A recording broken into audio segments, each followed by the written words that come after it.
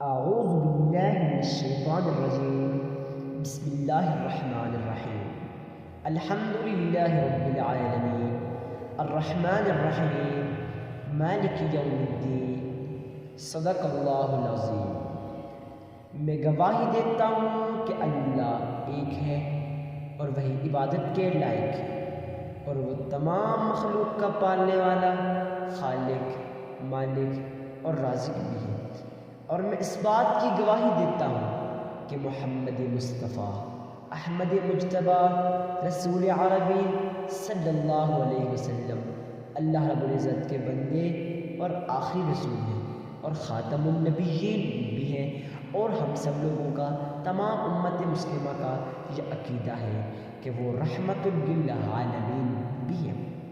معزز سامعین کرام، آج ہم آپ کے سامنے نہایت مجرب، آزمودہ، عمدہ اور نایاب وظیفہ لے کے حاضر ہوئے ہیں۔ دوستو، یہ وظیفہ کافی زیادہ پریشان حال لوگوں کے لیے ہے۔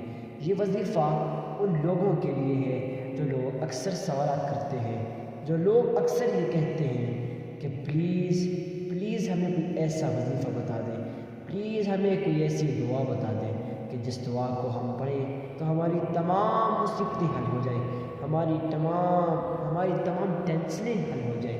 تو دوستو، یہ وظیفہ ان لوگوں کے لیے بہت زیادہ اہم ہے۔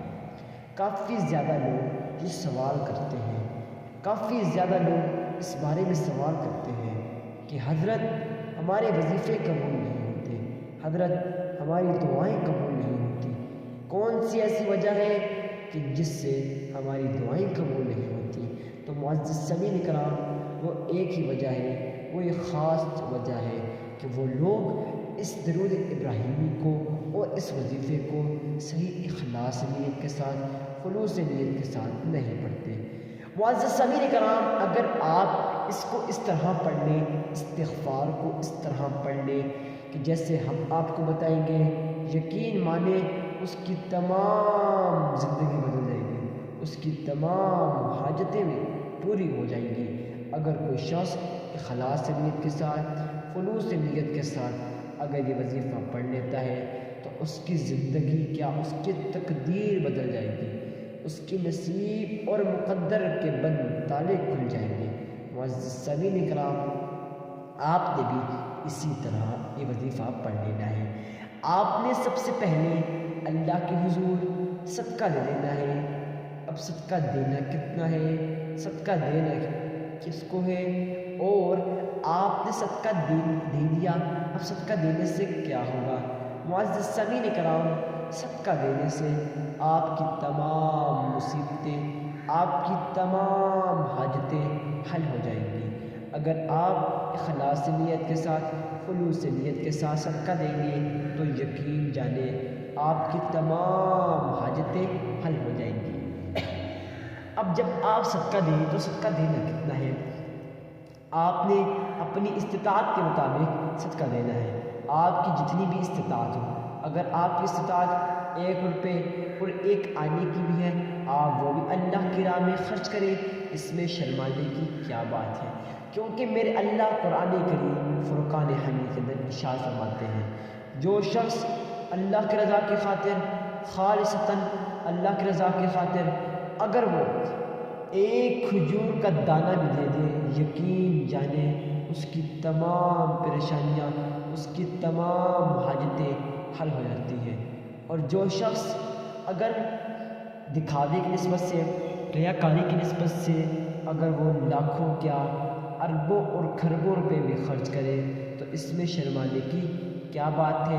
لیکن اگر وہ لاکھوں، اربوں اور کھربوں روپے بھی خرچ کرے تو وہ اگر اخلاص کے ساتھ نہ کرے، اگر وہ دکھاوے کی نسبت سے نہ کرے تو یقین جانے اس کی وہ صدقہ قبول نہیں ہوگا، بلکہ اس کا وہ صدقہ قبول نہیں ہوگا۔ اب صدقہ قبول کیوں نہیں ہوگا؟ کیونکہ وہ اخلاص کے ساتھ نہیں، بلکہ وہ والا صدقہ خلوص کے ساتھ نہیں، ریاکاری کے ساتھ دیا گیا تھا۔ قرآن کریم کے اندر میں رب کریم اور ارشاد فرماتا ہے، جو شخص اگر 1 کھجور کا دانہ اخلاص کے ساتھ دے دے تو اس کو قیامت کے روز احد کے پہاڑوں جتنا اجر و ثواب عطا کیا جاتا ہے۔ اب یقین جانے احد کے پہاڑ جتنا اجر و ثواب، کتنی زیادہ فضیلت ہے۔ لیکن اگر جو لوگ اخلاص کے ساتھ صدقہ نہیں دیتے، دکھاوے کی نسبت سے صدقہ دیتے ہیں، تو یقین جانے اگر وہ احد کے پہاڑ جتنا سونا چاندی بھی اللہ کی راہ میں خرچ کر دیں، اس سے قیامت کے روز دردناک عذاب دیا جائے گا۔ میرا رب کریم مولا ہم کو اور ہم سب کو اس صدقے سے محفوظ رکھے جو ریاکاری کی نسبت سے ہو، دکھاوے کی نسبت سے ہو۔ معزز سامعین کرام، اب آپ نے صدقہ دے دیا، اس کے بعد آپ نے کیا کرنا ہے؟ اس کے بعد آپ نے 3 مرتبہ درود ابراہیمی پڑھنی ہے۔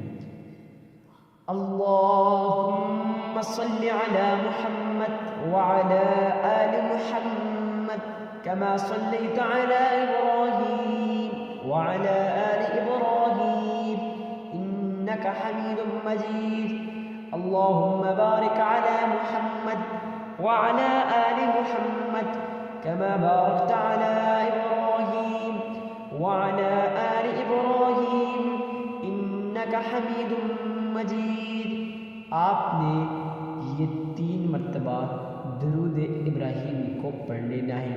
جب آپ 3 مرتبہ درود ابراہیمی پڑھ لیں، لیکن ایک بات آپ کو لازمی عرض کروں، جب آپ درود ابراہیمی پڑھ رہے ہو تو آپ اس نیت سے پڑھیں، اس نسبت سے پڑھیں کہ آقا دو جہان کائنات کے راج دلارے محمد مصطفیٰ صلی اللہ علیہ وسلم آپ کے سامنے ہے، آپ ان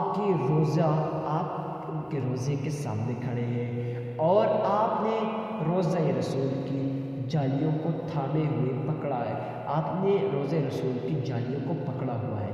اگر آپ اس نیت سے، اس نسبت سے پڑھیں گے تو یقین جانے آپ کا درود ابراہیمی بھی قبول ہوگا، اور قیامت کے روز میرا رب کریم مولا آپ کو اس درود ابراہیمی کی وجہ سے ڈھیر ساری نیکیاں عطا کرے گا۔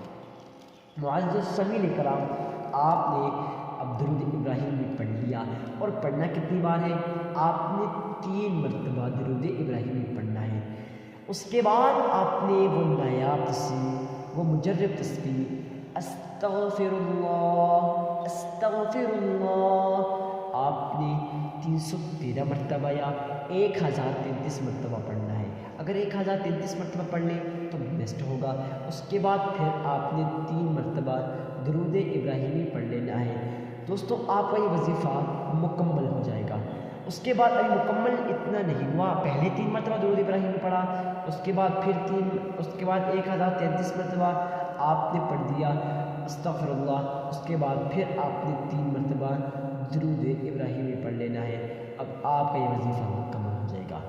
دوستوں، میں یقین کے ساتھ کہتا ہوں، میں اس لیے سے کہتا ہوں کہ یقین آپ کو یہ ویڈیو بہت ہی پسند آئی ہوگی۔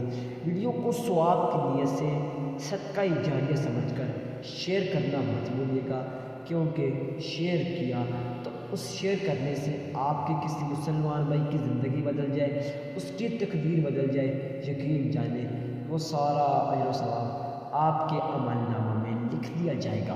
دوستو، اس لیے ویڈیو کو ثواب کی نیت سے صدقہ جاریہ سمجھ کر شیئر کریں، اور اس ویڈیو کو لائک کریں۔ لائک اس لیے کریں کہ ویڈیو آپ کے پاس، آپ کی لائبریری کے اندر سیو رہے۔